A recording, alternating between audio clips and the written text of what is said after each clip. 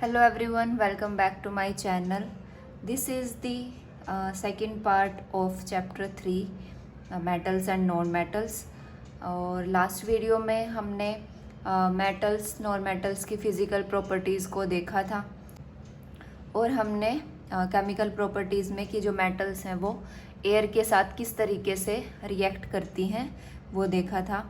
आज की वीडियो में हम देखेंगे कि जो मेटल्स हैं वो वाटर के साथ किस तरीके से रिएक्ट करती हैं, एसिड्स के साथ किस तरीके से रिएक्ट करती हैं, मेटल्स डिफरेंट मेटल सॉल्यूशन में, ठीक है, किस तरीके से रिएक्ट करती हैं और जो रिएक्टिविटी सीरीज़ है वो क्या होती है, ये सब हम आज की वीडियो में देखेंगे। So let's start. Today's first topic is what happens when metals react with water.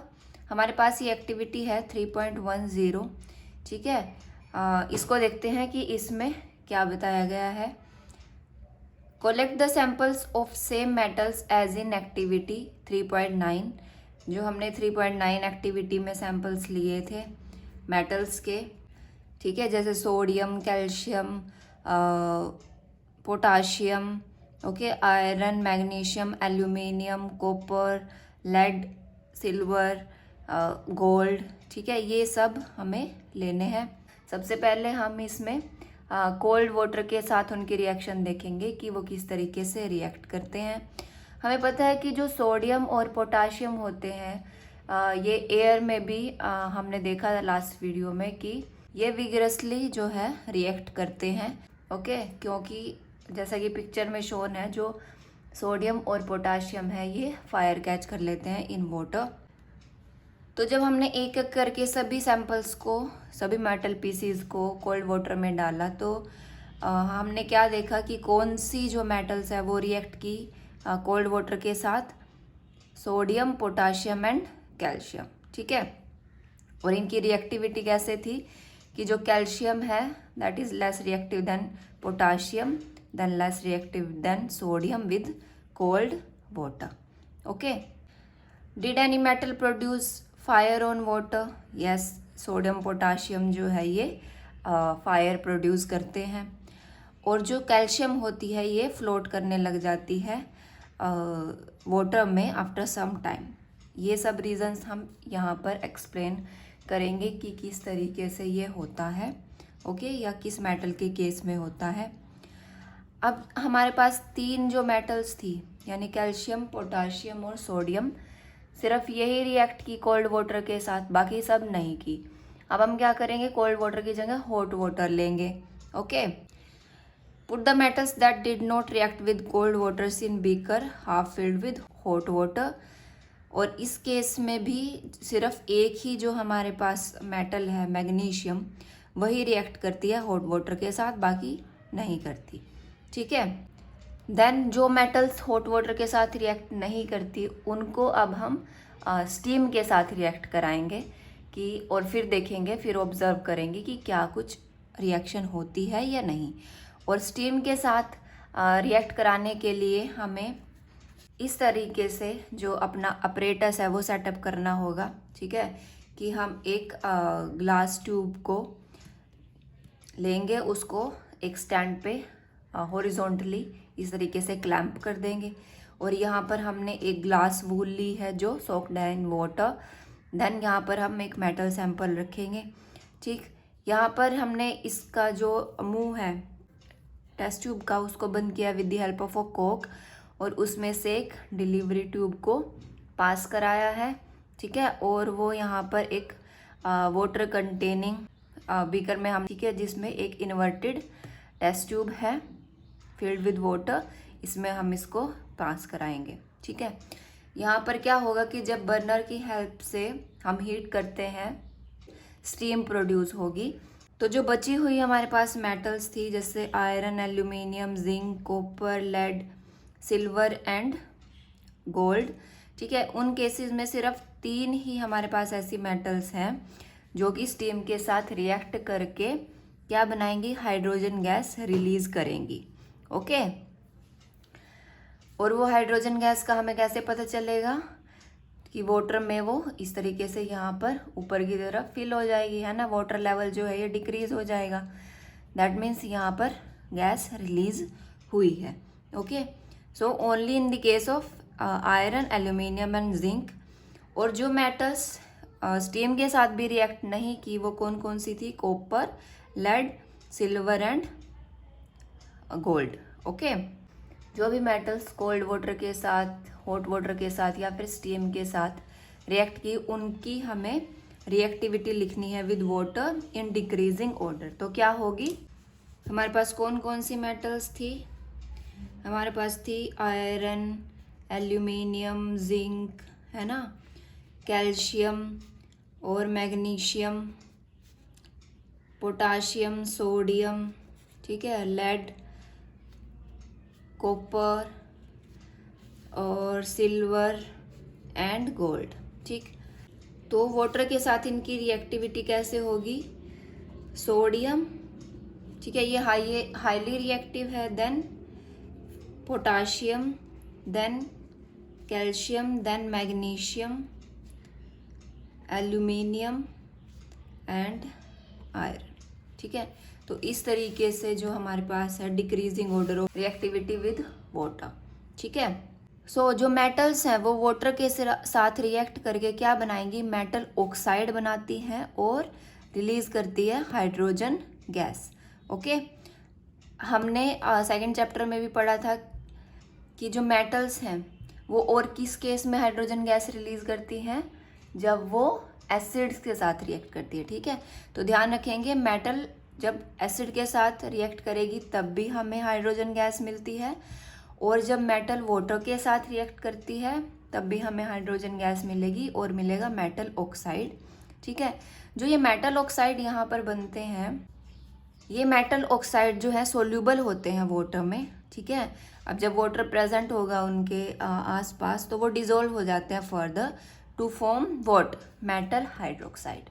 Right, जो सभी मेटल्स हैं वो हमने देखा कि वाटर के साथ रिएक्ट नहीं करती हैं। जैसे पोटाशियम और सोडियम है, ये रिएक्ट करती हैं वायलेंटली विद कोल्ड वाटर। इनके केस में जो रिएक्शन है इतनी वायलेंट और एक्सोथर्मिक होती है कि जो हाइड्रोजन गैस निकली वो इमिडिएटली फायर कैच कर लेती है। ओके, तो रिएक्शन क्या होगी? मेटल प्लस वाटर यानी potassium plus water gives metal hydroxide. क्या आएगा? KOH plus hydrogen gas plus heat energy, क्योंकि ये रिएक्शंस एक्सोथर्मिक हैं। ठीक है, इनमें हीट रिलीज होगी। इसी तरीके से सोडियम का केस है। ठीक, फिर हमने देखा कि जो कैल्शियम है वो वाटर के साथ in the comparison to potassium and sodium less violent है। ठीक है, इस केस में इतनी हीट इवॉल्व नहीं होती कि जो हाइड्रोजन गैस रिलीज हुई है वो फायर कैच कर ले। ओके, तो रिएक्शन क्या होगी? Calcium plus water gives calcium hydroxide, okay, plus hydrogen gas. और जो हमारी कैल्शियम थी वो हमने देखा इस एक्टिविटी में कि वो फ्लोट करने लग जाती है। ठीक है, जैसा कि पिक्चर में शोन है। फ्लोट क्यों करेगी? क्योंकि जो बबल्स होते हैं हाइड्रोजन गैस के, they stick to the surface of the metal और उसकी वजह से वो फ्लोट करना शुरू कर देती है। ओके, ये तो था कि जो मेटल्स कोल्ड वाटर के साथ रिएक्ट की थी। ठीक है, अब उसके बाद हमने हॉट वाटर के साथ रिएक्शन कराई थी। उस केस में हमारे पास सिर्फ एक ही मेटल ऐसी थी जो हॉट वाटर के साथ रिएक्ट की थी, वो थी मैग्नीशियम। ठीक है, मैग्नीशियम हॉट वाटर के साथ रिएक्ट करके क्या बनाएगी? Magnesium hydroxide plus hydrogen.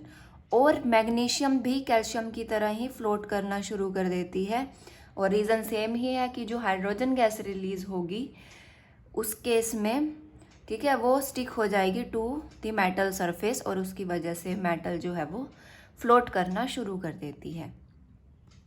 उसके बाद हमने कौन सा केस लिया था? स्टीम का। तो स्टीम के साथ कौन सी जो मेटल्स हैं वो रिएक्ट करेंगी? Aluminium, iron and zinc. और इनकी रिएक्शन क्या है? एल्यूमिनियम वाटर के साथ। यानी अब यहाँ पर हमने वाटर को जो है यानी स्टीम लिखना था। स्टीम को कैसे लिखते हैं? डिनोट करेंगे G से। ओके, अब जो वाटर है हमारा स्टीम की फॉर्म में है, तो हमें मिलेगा एल्यूमिनियम ऑक्साइड, ठीक है, जो सॉलिड है, प्लस हाइड्रोजन गैस। ठीक, और हमने लास्ट वीडियो में देखा था कि जो ये एल्यूमिनियम ऑक्साइड होता है ये एम्फोटेरिक ऑक्साइड होता है ना। एम्फोटेरिक ऑक्साइड्स कौन से होते हैं? जो मेटल ऑक्साइड एसिड और बेस दोनों के साथ रिएक्ट करके सोल्ट और वाटर देते हैं, ठीक है, वो हमने देखा था लास्ट वीडियो में, उनको हम एम्फोटेरिक ऑक्साइड्स कहते हैं। ओके, आयरन किस तरीके से स्टीम के साथ रिएक्ट करके क्या बनाएगा? Iron oxide plus hydrogen gas. और हमने देखा था कि जो लेड, कॉपर, सिल्वर, गोल्ड है, ये किसी भी तरीके से वाटर के साथ रिएक्ट नहीं करते हैं, ठीक है। तो ये था कि मेटल जो है वो वाटर के साथ रिएक्ट करने पर क्या प्रोड्यूस करती है, ठीक। अभी हम देखते हैं कि जो मेटल्स हैं वो एसिड्स के साथ किस तरीके से रिएक्ट करती हैं। हमने चैप्टर 2 में पढ़ा था कि जो मेटल्स हैं वो एसिड्स के साथ रिएक्ट करके क्या देती है? सॉल्ट प्लस हाइड्रोजन गैस, है ना। वो हम चैप्टर 2 की वीडियोस में देख सकते हैं, ठीक। Metal plus dilute acid gives salt plus hydrogen, ठीक है। तो क्या सभी मेटल्स इसी मैनर में रिएक्ट करेंगी कि वो हर एसिड के साथ सॉल्ट और हाइड्रोजन ही प्रोड्यूस करें? Let's find out. और ये एक्टिविटी 3.11 में हम देखते हैं।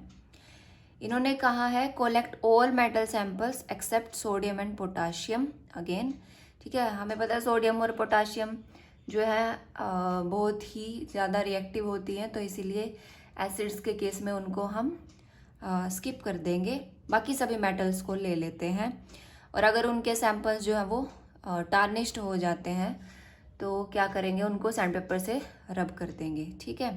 अब हम क्या करेंगे? डाइल्यूट हाइड्रोक्लोरिक एसिड लेंगे separately in different test tubes, ठीक है। और उसमें हम 1 बाय 1 जो है मेटल सैंपल्स को डालते हैं, ठीक है। और क्या करना है? हम थर्मामीटर्स लेंगे और उनको इस तरीके से प्लेस करेंगे इन टेस्ट ट्यूब्स की जो उनका बल्ब है थर्मामीटर्स का वो एसिड में डिप हो जाए।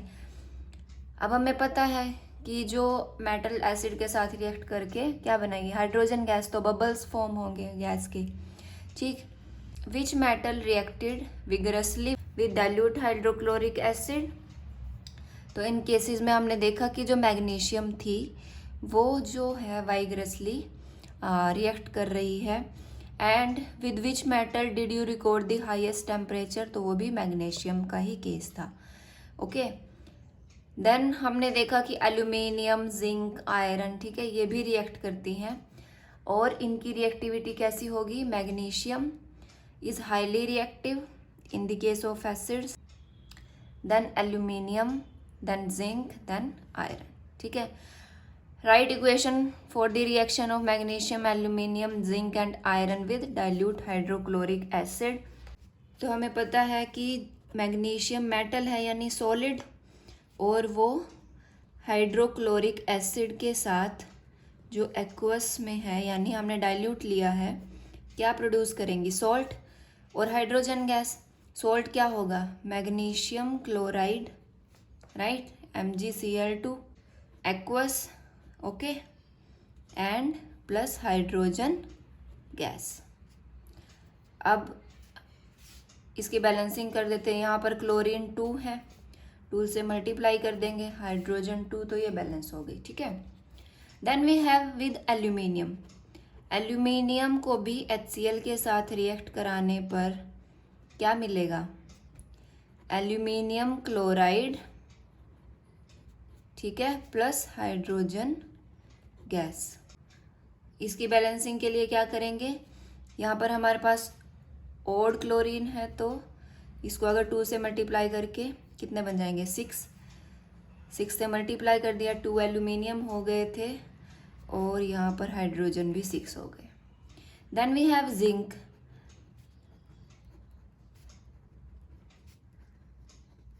क्या बनेगा? Zinc chloride plus hydrogen gas, ठीक है, और ये बैलेंस हो गई। Then iron plus HCl gives iron chloride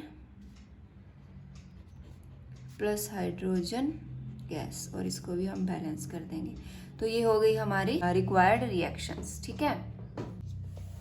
अब ये तो हमने देखा था हाइड्रोक्लोरिक एसिड के केस में, ठीक है।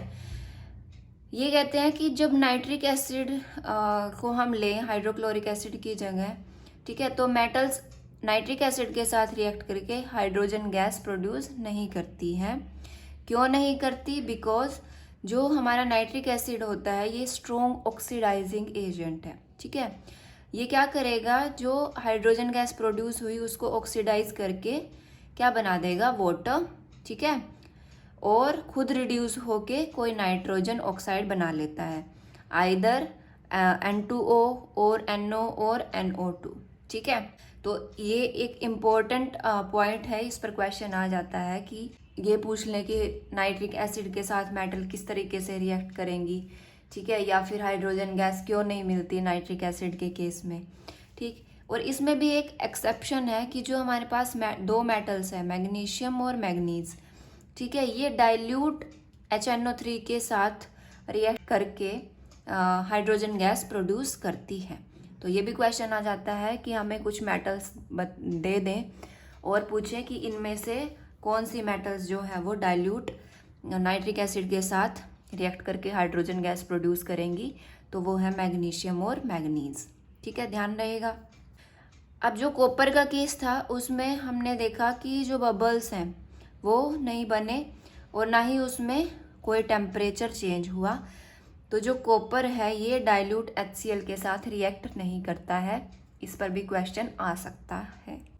Then we have do you know section, इसमें हमें एक्वा रीजा का बताया हुआ है, ठीक है, जो एक लैटिन वर्ड है और इसका मीनिंग होता है रॉयल वाटर, ठीक।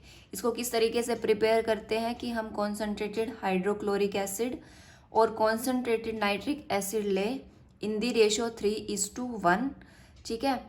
और ये इतना पावरफुल होता है कि हमें पता है कि गोल्ड किसी भी एसिड के साथ या फिर रिएजेंट के साथ रिएक्ट नहीं करता, लेकिन इन दोनों का जो ये मिक्सचर है एक्वा रीजा, ठीक है, इसमें गोल्ड भी क्या कर जाता है, डिजोल्व हो जाता है।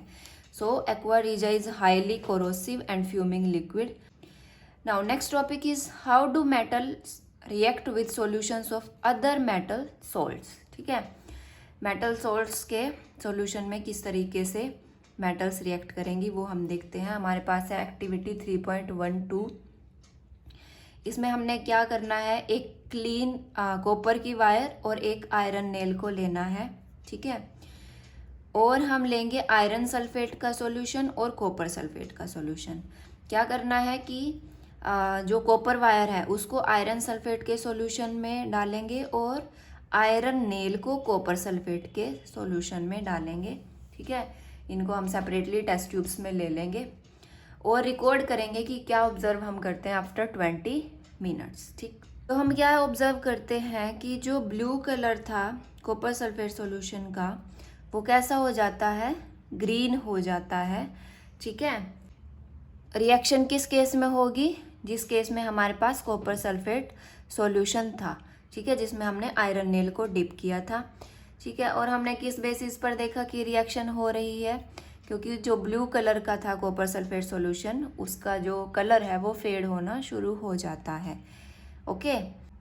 और दूसरी जो टेस्ट ट्यूब थी उसमें हमें कोई जो रिएक्शन है वो ऑब्जर्व नहीं हुई, ठीक। आयरन सल्फेट सॉल्यूशन था जो येलो कलर का था और उसमें कॉपर वायर थी, तो हमें कोई भी उसमें चेंज ऑब्जर्व नहीं हुआ। So can you correlate your observations for the activities 3.9, 3.10 and 3.11? ठीक है, हमने बाकी सब जो एक्टिविटीज़ थी उनमें भी रिएक्टिविटी देखी, तो हमने क्या नोटिस किया, क्या ऑब्जर्व किया, आयरन जो है मोर रिएक्टिव है देन कॉपर। क्यों? क्योंकि ये डिस्प्लेस कर देता है कॉपर को from copper sulphate solution to form iron sulphate, ठीक है। और इसकी बैलेंस रिएक्शन क्या होगी कि जो आयरन है वो कॉपर सल्फेट के सॉल्यूशन में क्या करेगा, आयरन सल्फेट फॉर्म करेगा, ठीक है, और कॉपर, ठीक। तो हम यहाँ क्या नोटिस करें, किस टाइप की रिएक्शन है जो हमने चैप्टर 1 में देखी थी कि यहाँ पर आयरन जो है कॉपर को डिस्प्लेस करके क्या बना रहा है, आयरन सल्फेट। हमारे पास कॉपर सल्फेट था, अब मिला क्या, आयरन सल्फेट एंड कॉपर। तो आयरन ने कॉपर को क्या कर दिया, डिस्प्लेस कर दिया। तो ये हो गई डिस्प्लेसमेंट रिएक्शन।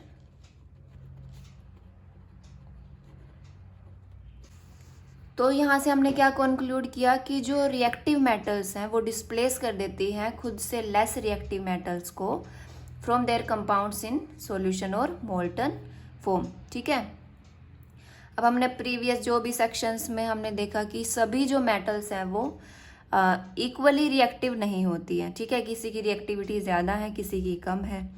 हमने उनको ऑक्सीजन के साथ, वाटर और एसिड्स के साथ, ठीक है, चेक किया उनकी रिएक्टिविटी को। और सभी जो मेटल्स हैं वो रिएक्ट नहीं करती with these reagents. So we are not able to put all the metal samples we have collected in decreasing order of their reactivity. ठीक है, हमने चैप्टर 1 में डिस्प्लेसमेंट रिएक्शन को पढ़ा है। ठीक है, तो उस बेसिस पर भी हम जो रिएक्टिविटी है वो लिख सकते हैं मेटल्स की। ठीक है, कि अगर हम एक मेटल सैंपल लें, उसको सॉल्ट सॉल्यूशन ऑफ एक और मेटल बी, ठीक है, उसमें डाल दें, तो क्या होगा कि अगर मेटल ए बी को डिस्प्लेस करके क्या बना ले, salt solution of A, and metal B हमें मिले, यानी मेटल ए ने बी को डिस्प्लेस कर दिया। ठीक, तो हम क्या कंक्लूड करेंगे कि जो ए है ये बी से ज़्यादा रिएक्टिव है। तो इसी के बेसिस पर हमें अगले टॉपिक में जो रिएक्टिविटी सीरीज है इसमें बताया हुआ है कि कौन सी मेटल्स की रिएक्टिविटी क्या है। ठीक है, उनका ऑर्डर क्या है, उसके बेसिस पे हमने एक सीरीज बनाई है। सो रिएक्टिविटी सीरीज क्या होती है, is a list of metals arranged in the order of their decreasing activities. ठीक है, डिक्रीजिंग एक्टिविटी के ऑर्डर में हमने इनको प्लेस किया है। तो क्या है, potassium is most reactive, then sodium, then calcium, magnesium, aluminium, zinc and so on. ठीक है, और लिस्ट रिएक्टिव है हमारे पास गोल्ड। ठीक, तो ये था रिएक्टिविटी सीरीज के बारे में। Now we have this questions. Question number 1, why is sodium kept immersed in kerosene oil. ये हमने यहाँ पर देखा था। ठीक है, कि जो पोटाशियम और सोडियम होते हैं ये रिएक्ट करते हैं vigorously, that they can catch fire if kept in open. ठीक है, और प्रोटेक्ट करने के लिए उनको और प्रिवेंट करने के लिए एक्सीडेंटल फायर से they are kept immersed in the kerosene oil. तो ये 3 लाइन्स हमें इसमें लिखनी है। Next we have question number 2, write equations for the reaction of iron with steam and calcium and potassium with water. So first part में तो हम ये रिएक्शन लिख देंगे, और दूसरा है हमारे पास कैल्शियम और पोटाशियम का। ठीक है, कैल्शियम के लिए ये रिएक्शन लिखेंगे और पोटाशियम के लिए हम ये रिएक्शन लिखेंगे। ठीक है, then question number 3, samples of 4 metals A, B, C, D were taken and added to the following solutions 1 by 1. The results obtained have been tabulated as follows. ठीक है, हमने A, B, C, D metals ली थी और उनको iron sulphate, copper sulphate, zinc sulphate, silver nitrate, इन सब solutions में 1 by 1 डिप किया, और इस तरीके से क्या जो रिजल्ट थे वो ऑब्टेन हुए, इस तरीके से हमने टेबल की फॉर्म में उनको लिख दिया। Use the table above to answer the following questions about metals A, B, C, D। ठीक है, कि A को अगर हम आयरन सल्फेट के सॉल्यूशन में डालते हैं, ठीक है, तो हमें कोई रिएक्शन जो है वो ऑब्जर्व नहीं हुई, राइट। तो इससे हम क्या कंक्लूड कर सकते हैं कि जो A है ये लेस रिएक्टिव है देन आयरन। ओके, ऐसे ही A का कॉपर सल्फेट के साथ क्या रिएक्शन हो रहा है, ये डिस्प्लेसमेंट रिएक्शन शो कर रही है। ठीक है, यानी अगर इस केस में डिस्प्लेसमेंट रिएक्शन हो रही है तो जो A है ये मोर रिएक्टिव है देन कॉपर, यहाँ से हमें पता चला। देन B, अगर इसको हम आयरन सल्फेट में डालें तो हमें क्या मिल रहा है, यानी डिस्प्लेसमेंट हो रही है वहाँ, डिस्प्लेसमेंट रिएक्शन। तो ये क्या शो कर रही है कि जो B है ये मोर रिएक्टिव है देन आयरन। ठीक, जिंक सल्फेट में कोई रिएक्शन नहीं हो रहा है। ठीक है, अगर कोई रिएक्शन नहीं हुआ तो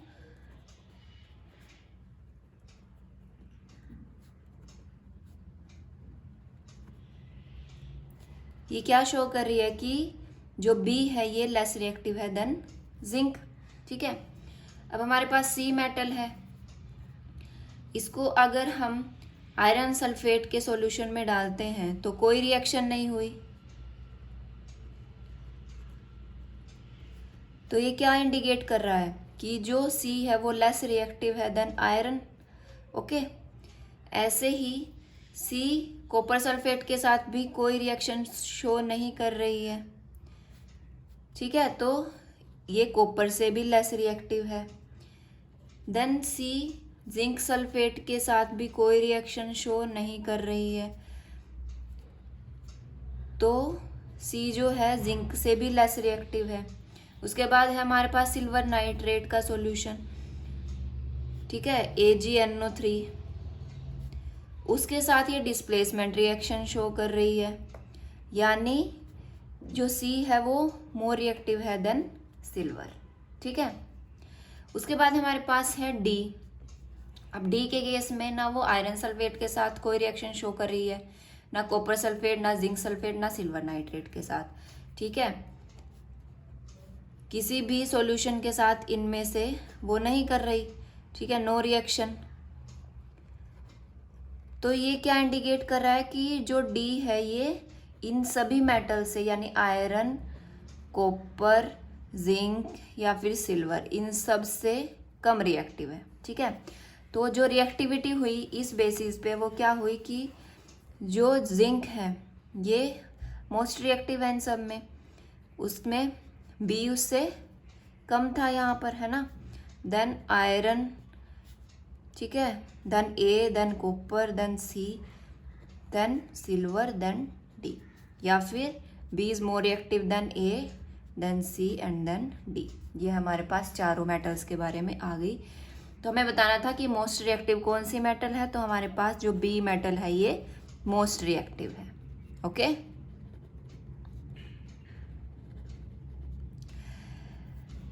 What would you observe if B is added to the solution of copper sulfate? Copper sulphate में हमने जब B को डाला तो क्या हो रहा है कि B जो है ये मोस्ट रिएक्टिव है, तो ये डिस्प्लेस कर देगी किसको, कॉपर को, है ना।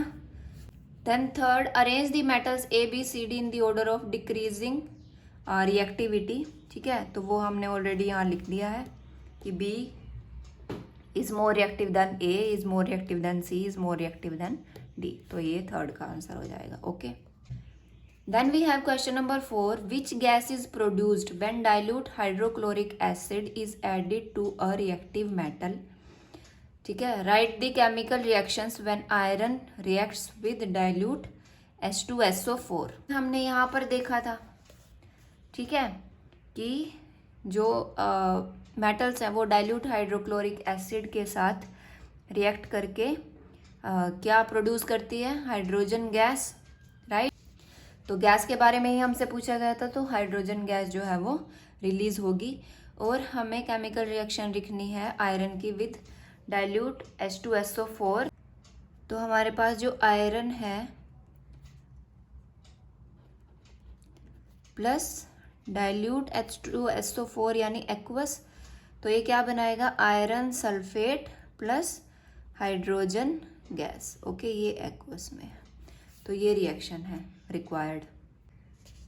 Then question number 5, what would you observe when zinc is added to a solution of iron sulphate, write the chemical reaction that takes place.